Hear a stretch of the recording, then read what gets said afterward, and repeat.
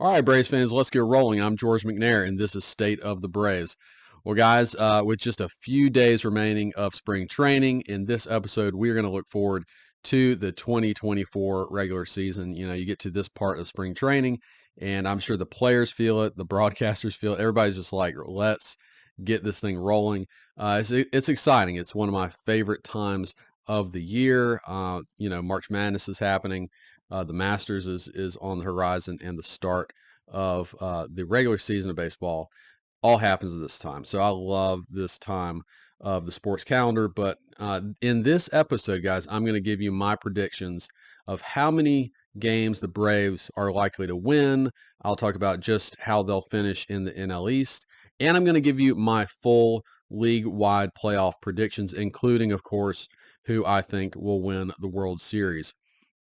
You know, the Braves coming into spring training have been very vocal about their high expectations for this upcoming season, and with obvious good reason. A lot has been made about how good they were last year, how deep this team is, how talented it is. Alex Anthopoulos deserves a ton of credit for crafting just a juggernaut of a team who, you know, it's not just 2024. I mean, the next 5 years or so are kind of laid out there. As long as you don't have horrendous injuries to multiple guys, you just have um, a deep and talented crew that are going to be with the Braves for a long time. I've talked about that. We did an episode earlier in the off season where I was comparing the Braves to the Dodgers and making my case for why I think the Braves are even better and more talented than the Dodgers. And that is definitely worth a listen if you want to go back and watch and listen to that episode. But yeah, as far as the Braves go this year, this team won 104 games last year. They hit, just reminding you guys, they hit 307 home runs to tie a major league record, a record that was set initially by the 2019 Twins. And that, of course, was the season of the juice baseball. So it was an incredibly fun season last year, very satisfying regular season, and a very disappointing postseason, of course. The season ending at the hands of the Philadelphia Phillies. That just makes the sting that much worse. I don't want to dive into that too much, but of course, it kind of sets up, right? It sets the stage for kind of the attitudes of the guys coming into spring training this year and how laser focused they seem to be. You also have, with that very talented crew and almost everybody coming back, you have the additions of Chris Sale and Reynaldo Lopez. Jared Kelenic was traded for. And Anthopoulos, of course, also revamped the bullpen a good bit. And all of this all these players look to have a big impact on this already talented Braves team. You also have the returns of familiar faces to the clubhouse on an everyday basis, like Adam Duvall, who was recently added through free agency, Tyler Matzik, the hero of the 2021 postseason, coming back from Tommy John surgery this year. Hoping for good things for him this season. But those guys are, maybe they'll bring back some 2021 magic to this team. But every season is different and with different challenges to face, right? Every season, you don't know what the team will have to overcome. But this team does seem to be more capable of dealing with those challenges due to their much stronger depth, especially on the pitching staff, and a stronger mentality coming into the season. I think that is not really up for debate. So let's get into some Braves news really quickly, and then we'll jump into the meat of this episode, which is predicting what's going to happen for the Braves in 2024. All right, so the first thing that I wanted to talk very briefly about was the Braves released Charlie Culberson just yesterday. Culberson, for a couple of years, was a beloved utility man for the Braves. Came back in a very, very limited role last year, middle infielder, and I think just got one plate appearance. Did get a single, but one plate appearance, as he seems to be coming to the end of his career as far as being a position player. So he came into camp trying to become a relief pitcher, which is really difficult to do, and it was a cool story to begin the offseason. It looks like, as far as the Braves are concerned, he was not able to do that. Culbertson hasn't retired or anything, so it looks like he's going to continue to try to make this thing happen, but it does not look like it will be with the Braves. So a little disappointing. I always liked Culbertson a lot. Hopefully he can latch on with the team somewhere in the minor leagues and continue to try to better himself. And it would be a really cool story if he were to ever make it to the majors as a relief pitcher. Jarred Kelenic is looking better in camp. It's been one of the more negative stories of spring training for the Braves. He has struggled mightily pretty much all spring, but his last couple games, he's looked much better. And this is at the same time that the Braves have brought in Adam Duvall in free agency, and they've announced that these two guys are now going to platoon. So maybe a few less at bats for Kelenic this season, but he's snapping out of this major slump he's been in. He's had 3 hits in his last 2 spring games after Duvall's signing. One of those was a double, one was a triple. So hitting the ball hard. And it does look like from the swings I've seen, he's starting to lock in a little bit more. And I think he is just a guy that his biggest struggle is between the ears, putting too much pressure on himself. And I've always thought once things kind of broke and started going better for him, he would probably relax and things would be fine. But, obviously that story is still yet to be written for Kelenic, but he does look a little better in the last few days. Duvall also made his spring debut with the Braves just yesterday. That would be Saturday. No matter how the playing time falls between these two guys, I will just continue to repeat that this feels like a good duo with much higher upside than what the Braves had in Rosario and Pilar in left field last year. Another thing coming out of spring is Strider. Spencer Strider has just looked absolutely dominant this season. He made his final spring start yesterday. He did give up 2 runs, but it was late in the start, and he's been pretty much unhittable through most of spring, and he looked really, really good yesterday as well, other than just a couple of hits being strung together right there at the end. But he's been very impressive, showing that new addition of a curveball, which, like I mentioned before, I think is just going to be one of the things that turns him into an even more dominant pitcher, and I think he is setting himself up to have a crazy good year this season.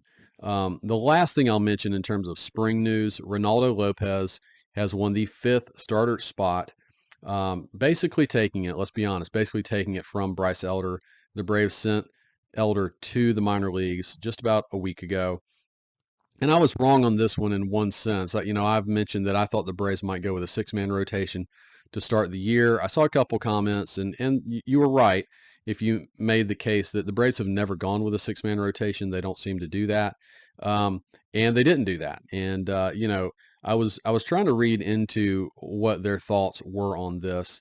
I wasn't sure that they would be bold enough to send Elder back down to the minor leagues, but they were. And I will say it is consistent for the Braves to just kind of, without emotion, go with the best team that they can. Lopez has had a really good spring. Bryce Elder has not had a very good spring, and so Elder goes back to the minor leagues. I still expect Bryce Elder to play an important role in this team. As we know, typically you need about 10 starting pitchers throughout the course of a season. Elder, who has shown periods in which he's been very good in the major leagues, to have him ready to go if somebody goes down or you need a spot start, that does feel good. Okay, so in terms of predicting 2020, I did want to review predictions. I did this last episode. It would be fair to do in terms of last year too. So I do feel good about my regular season wins prediction for the Braves last year. I predicted 102 wins, which was more than I think any outlet out there. I didn't see anyone predicting actually over 100 wins. It's pretty bold to predict over 100 wins for a team. Fangraphs is predicting 97 wins for the Braves in 2024. I'm sorry, I don't really remember what they predicted for the Braves last year. I'm pretty sure it was lower than that. And of course, the Braves ended up winning 104 games. So I predicted 102. They won 104. Now, my full NL East predictions I'm not gonna. Well, I can give you the win totals I predicted. I'm a little less focused on that as who do I have in each spot. So I didn't get that totally right. Not many people did for the NL East last year. But again, I had the Braves winning the division at 102 wins. I had the Mets second place at 94 wins. Obviously, I was way off on that one as the Mets just imploded. The Phillies I had at 85 wins. In third place, they ended up winning 90 games. So the Phillies had a little bit better of a year than I expected, at least slightly better. The Marlins, I thought would finish at 78 wins. They ended up finishing at 82 wins. And then, of course, the Nats I had way down at 56 wins, and they had a much better season than I expected. Still not great, but they had 71 wins last year. So the Mets end up finishing in fourth place, sliding down a couple spots from where I predicted. But you got to remember, some people were still predicting the Mets to win the NL East at the beginning of season last year. It's kind of hard to think back there and really believe that that was possible. But you know, the Mets had a great 2022, and they just could not put it together. Obviously, pitching injuries and whatnot went down for the Mets, and it just cratered their season. So yeah, I got the Mets wrong, but probably everybody in the division. You know, you look at all of those win totals that they end up having. Every other team in the division won a few more games than I expected, and I would say they probably all just benefited from the Mets being much worse than anyone expected. So yeah. All right. Well, let's go on. And what I want to do too before I dive into some of these team predictions is I do want to rank very briefly. I'm going to give you a couple rankings. The first ranking I'm going to give you is the top 5 most important Braves to win a World Series in 2024. These are the guys that I think the Braves are leaning on the most to have good seasons, good health, all that stuff for them to be in a position to, and this is very important. This isn't about winning a lot of regular season games. This is about them being in a position to win a World Series, right? To be successful in the playoffs, obviously. So I'll go 1 through 5 and also give you an honorable mention. So my number one player, the most important player I think for the Braves this season is Spencer Strider. I think he needs to be an ace. He needs to at least be in the top, let's say top 5 of Cy Young voting. I actually, you know, I've mentioned this already in my last episode. I think he's going to win the Cy Young, but I think he needs to be up there as a dominant ace starting pitcher for the Braves. My number 2 is Max Fried, and he was my number 1 last year, and so he was not very healthy last year. I do think that's one of the biggest things that came back to bite the Braves.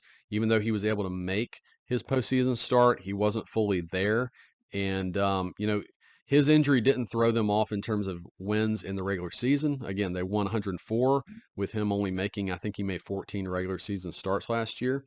Um, but in terms of, again, winning a World Series, I think him and Strider being healthy going into the postseason is incredibly important.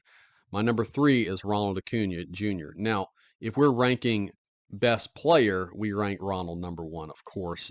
We would rank him number 1 across all of baseball. But in terms of most important for winning a World Series, you know, those starting pitchers are just so vitally important. Now, Ronald himself has mentioned that he didn't have a great series against the Phillies last year. Was kind of disappointed in himself. I expect the Braves to get in the postseason again, and I think he's going to be dominant. I really do. I think he's going to come out and just make some history postseason wise this year. My number 4 most important player for the Braves is Chris Sale. So I'm going back to the rotation. I recognize wholeheartedly that he has not been very healthy over the last several years, but if he is, along with that 1 and 2 of Strider and Fried, and then you have a healthy Chris Sale, I think the Braves are in the best position possible of probably any team in baseball to win the World Series. Then my number 5, I'm cheating a little bit. I'm throwing 3 guys in the mix here of Olson, Riley, and Sean Murphy. Murphy hit 2 home runs in the spring game today. By the way, he's looked really good in camp, especially over the last week or so. And remember, he really kind of tailed off in the second half of the year last year. If he can figure out a way to just maintain a higher level at the plate, him and Olson and Riley all just kind of hitting well in the middle of that order is really important. And then my honorable mention is the Braves bullpen. The Braves remade their bullpen over the offseason. It's one of the big things that Anthopoulos did to bring in guys with a lot of nasty stuff and ability to strike people out. And if that comes to fruition and they're able to do that in the postseason, I think the bullpen is going to be really key, as it was in 2021. Okay, now let's rank. My other ranking that I'm going to share with you is ranking the biggest wild cards on the team. So, you can define wild card as you want, but guys that maybe are a little less consistent, they're not who we would consider the all-stars of the team, or the guys that you can just bank on giving you really good performance. My number one wild card for this season is Reynaldo Lopez. Obviously, being put into that fifth starter spot, it gives him a much better opportunity to have huge impacts on this team. And, who knows, if he comes in and is pitching really great throughout the season, he could stay in the rotation all year, maybe even make some postseason starts if you need him to. And if he's pitching well, that would be an awesome thing to figure out this year, that he is maybe even a better pitcher than we necessarily expect him to be. My number two guy is Jarred Kelenic. I think he fits very easily on this list. The expectations are measured. That he is really, really talented and probably capable of having a breakout season this year, but it might not happen. And so the Braves don't necessarily need him to go off and have a great season, but if he did, it would just make them that much better. Number three is Marcell Ozuna, and this is simply because he's always a wild card. You never know with Ozuna if you're going to get an all-star level DH or if you're going to get a guy who's absent for 2 or 3 months at a time for the season. So hopefully he's the guy from last year and not the guy from the previous 2 years. Orlando Arcia is number 4 for me. I mentioned I have a hard time believing in Arcia's offense long term, but who knows? Maybe he's able to bring it again, just like he did in the first half of last season. My number 5 for these wild cards and what they might bring to the Braves is a combination of A.J. Smith-Shawver and Hurston Waldrep. Of course, both of them starting in AAA, but both incredibly talented. And if the Braves either have to call on them because of pitching issues or injuries, or if they're calling on them just because they're pitching that well at AAA, I do think at least one of these guys is going to make a pretty big impact, or will have an opportunity at least to make a big impact on the big league club. And then my honorable mention is Adam Duvall, who the Braves have just brought in. I'm really happy with this signing. I think everybody appreciates and likes Duvall from his contributions for the Braves in past years. We know that he is a very capable fielder and can hit you some home runs. And if there's any kind of injury to the outfield or to Marcell Ozuna, Duvall becomes actually a really, really important piece. So hopefully we don't have any injuries, but if that were to happen, I could see Duvall really playing a big role for this team. Okay, so guys, let's talk about the ceiling of performance for this team. I'm going to give you the ceiling, the floor, and then the actual wins prediction for the Braves for the season. So if nearly everything were to go right for the Braves, meaning pretty much everybody's in good health, maybe 1 or 2 injuries, because there's always going to be some injuries, but generally good health for the team. Reynaldo Lopez is really good in the 5th spot. Jarred Kelenic kind of figures it out and has a good season, right? If generally everything were to pretty much fall well for the Braves, I see this team winning 108 games, which is an insane number. And I know it's insane. And yet I do think it's within reach if everything were to go right. Remember, I'm giving you the ceiling of performance for this team. So why wouldn't this team at least match their win total from last year if pretty much everything were to go right? I mean, I think that's just logically true.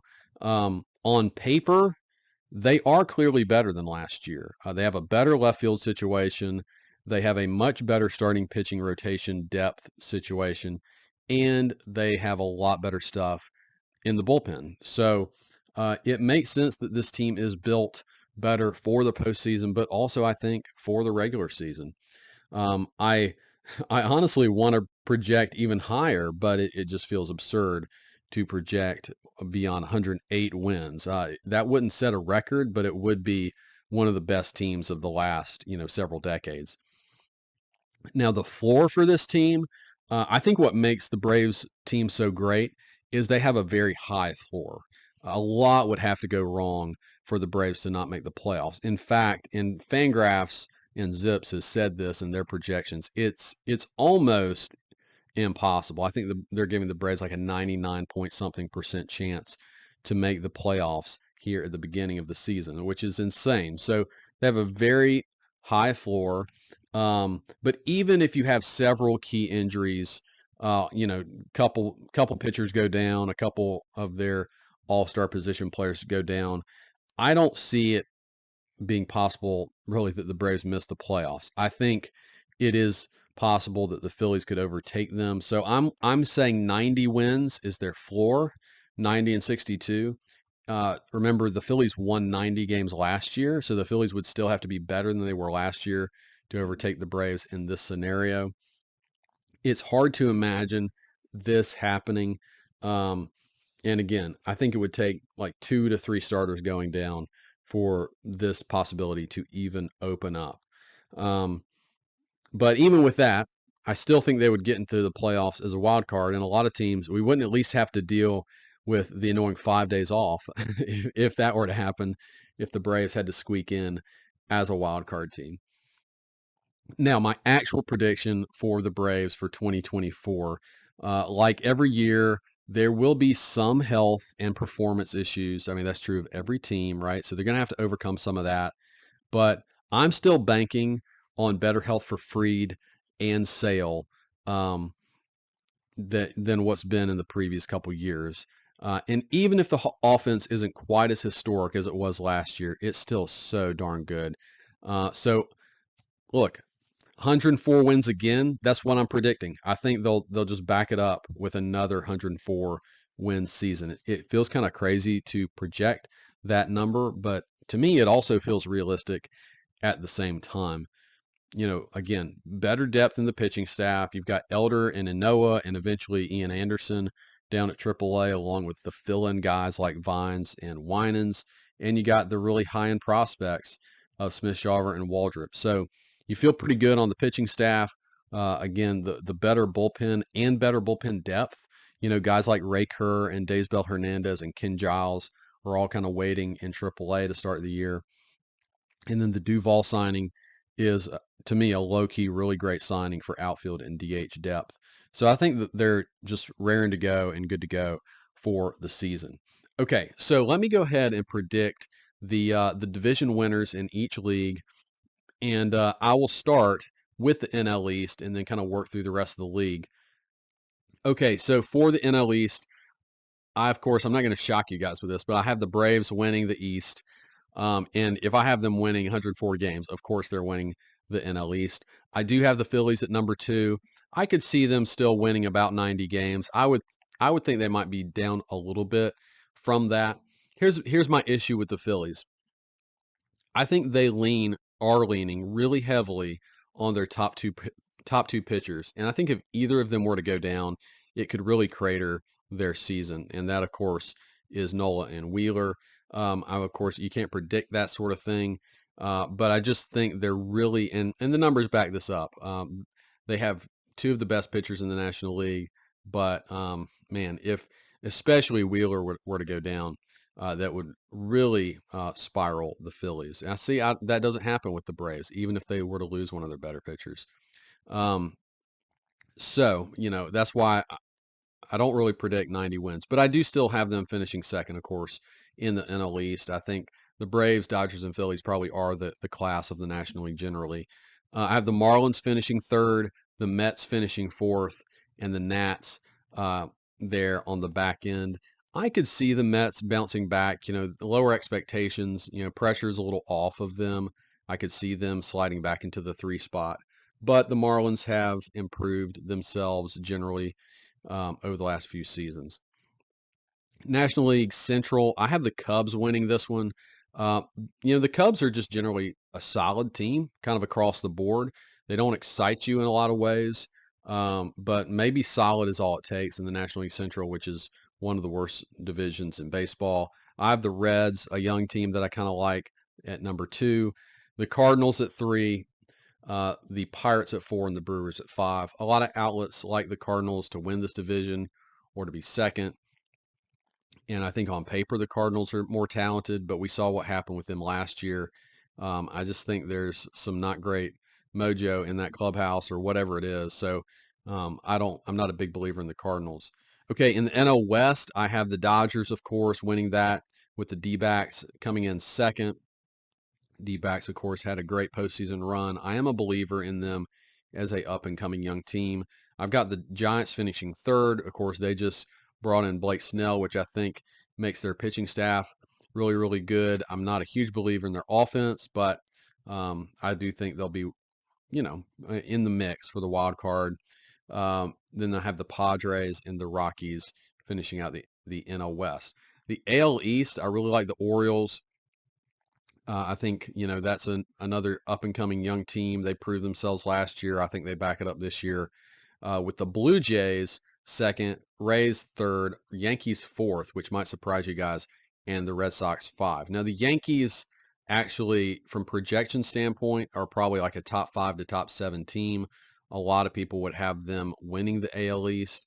They've got this injury to Garrett Cole, which to me is still up in the air if he actually comes back this season. They've got several of their key players who are just constantly dealing with injury. Giancarlo Stanton, Aaron Judge, and I just think they're kind of an older team that has not proven themselves in a long time. So I'm not a big believer in them, even with the addition of Juan Soto. I'm not a believer in the Yankees. AL Central, I have the Twins finishing first, the Guardians second, the Tigers third. Some people, that's kind of a sexy pick for some people, the Tigers, who are getting better. I've got the Royals fourth and the White Sox 5. The Royals and White Sox are both going to be pretty bad this year. This is probably either the AL Central or the NL Central is the worst division in baseball. The Twins are pretty solid, and I think they kind of they'd really have to implode to not win that division. The AL West, I've got the Astros again winning the AL West with the Mariners second, the Rangers third, the Angels fourth, and the A's finishing fifth. My season awards, by the way, I'm going to predict those right now as well. So my season awards, I've got the AL Cy Young going to Corbin Burnes, who of course is kind of a one and done situation in Baltimore, but I think that might end up going really well for him. NL Cy Young, Spencer Strider. Take it to the bank. AL batting title, I've got Corey Seager winning that. NL batting title, I've got Freddie Freeman. Now, Corey Seager is starting on the injured list, I believe, and it's always kind of a matter of can he get enough at bats because he tends to be injured quite often. But if he gets at bats, I think he wins that. And I'd love to see actually Freddie Freeman win a National League batting title. I do think he's the best all-around hitter in baseball still. So I would be fine with that. AL home run title, Yordan Alvarez, I think takes that one. Most people are projecting Aaron Judge to do it, and I would too if he's going to be totally healthy. But again, I just never can really count on that for him. He's just such a big dude. I think that big body can sometimes just break down a little bit more. NL home run title, I think Acuna is going to take that. I mentioned that before that I think this is going to be a bigger home run year for Acuna than he's had in the past. And then my AL MVP is Yordan Alvarez. I think he'll be in the top 5 in average and lead the league in home runs, and he's going to be the MVP. He's a great hitter. And then NL MVP is Acuna. I think he's going to go back to back. Okay, so now let me shift to the playoffs, give you my playoff predictions for the National League and the American League, and then I'll end with my World Series prediction. All right, so in the American League, I've got the Astros coming in as the top seed. The Orioles is the number 2 seed. I've got the Twins winning the Central, therefore they would be the 3 seed. And then my wild card teams would be the 4 seed Mariners, the 5 seed Blue Jays and the 6 seed Rangers. So I have the Rangers just squeaking in. You know, their pitching staff is a little lesser than it was last year with Jordan Montgomery going. Now, obviously, if they were to add him back, then that would be a difference. But I doubt that's going to happen. So I have so Rangers Twins and Mariners Blue Jays would be the first matchup in this the 3-game series. I have the Rangers actually beating the number 3 Twins, the 3rd seed Twins. Then I have the Mariners beating the Blue Jays. All right, so let's pause there, and then I'll go to the National League. So I've got in the National League, I've got the Braves as the top seed, the Dodgers as the 2 seed, the Cubs as the 3 seed is the NL Central champs. Then I've got the wild card teams of the Diamondbacks, Giants, and I actually have the Phillies just squeaking in as the 6th seed. And I'm doing that again because I'm just wondering about their overall pitching depth, and if something were to happen to one of their pitchers, I think it could impact their overall win performance. I'm still, I think the Phillies are going to be one of the tough teams to beat, but in terms of regular season wins, I think it could be a little lower for them. Okay, so I think the Phillies beat the Cubs in that matchup, and I think the Diamondbacks would beat the Giants. They just have to overcome the Giants pitching, but I think the Diamondbacks are still a very good team. All right, so your NLDS in the American League would be Orioles and Rangers in this scenario, and Astros and Mariners. I think the Orioles would take it to the Rangers a good bit. Again, the Rangers pitching staff is just not quite there, and the Orioles adding Corbin Burnes, I think it really flips it. Last year, they clearly just didn't have the pitching to be super successful in the playoffs, and the Rangers had just enough pitching, and I think that flips this year. Then I think the Astros, again, they know how to win the playoffs. I think they would beat the Mariners, and you would set up an Orioles-Astros ALCS. In the National League, you'd have a matchup of the 2 seed Dodgers with the 6 seed Phillies. And I actually like the Phillies in 5 games there. Again, if their pitching is healthy enough, then I think they really are set up. And this is why they are a tough team in the playoffs. They're set up well for the playoffs. That mentality that they have, it's hard to play in Philadelphia. So I think they would take it. And then, of course, I think the Braves would beat the Diamondbacks. I'm saying 3-1 in that NLDS matchup. So you have Phillies Braves for the NLCS instead of the NLDS, which I think would be a pretty epic showdown. Going back to the American League, the ALCS, I've got the Orioles beating the Astros. The young up-and-coming Orioles beat the older, very grizzled veterans of the Astros to make it to the World Series. And I have the Braves beating the Phillies in 6 games. And I think that would be an intense series, of course, to say the least. But I think the Braves mentality and everything they're bringing this season, I think they're going to do it. I think it's just their destiny to continue to have to face the Phillies every postseason. It's becoming one of the best rivalries in all of sports and all of baseball. And I think it would be pretty cool to see it happen in the NLCS instead of the NLDS. All right, so I have the Orioles and Braves going at it, and I'm saying the Braves would win that series in 6 games. Yeah, I would like that. I mean, I think the Orioles are a fun team, but the Braves in this scenario would have home field advantage. I think they would control the series early as long as they could beat Corbin Burnes. If he could take game 1 in this kind of scenario, then I think it's a tighter series. But if the Braves beat Corbin Burnes, I think they win it in 5 or 6 games. So look, guys, obviously I love this team. I'm really encouraged by what Anthopoulos has done and what he's built once again. The Braves have never been deeper or had a better mentality going into a regular season in this current, 6, 7-year run that they've had. We know baseball is a long season that favors teams who enter the playoffs strong mentally and healthy physically. So we can't guarantee that the Braves are going to enter this postseason healthy physically. We'll just have to see on that one, but I do think they're stronger mentally, and I know that they're the most talented team in baseball. They should be the favorite. They are the betting favorite. But the NL is stronger than the AL. I think if they get to the World Series, it's not a guarantee, that doesn't exist, but I think the hardest road will actually be through the NL, having to potentially beat the Dodgers, having to potentially beat the Phillies. It's a tough road, but the Braves are the most talented team in baseball, and they're certainly capable of doing this, guys. And 162 games plus the playoffs, very long season, but it's going to be fun. It's going to be fun to go through this again. All the excitement that comes with every baseball season, and man, it's going to be a wild ride. So looking forward to it, guys. Looking forward to going through it with you guys and talking more Braves baseball. And I'll talk to you soon.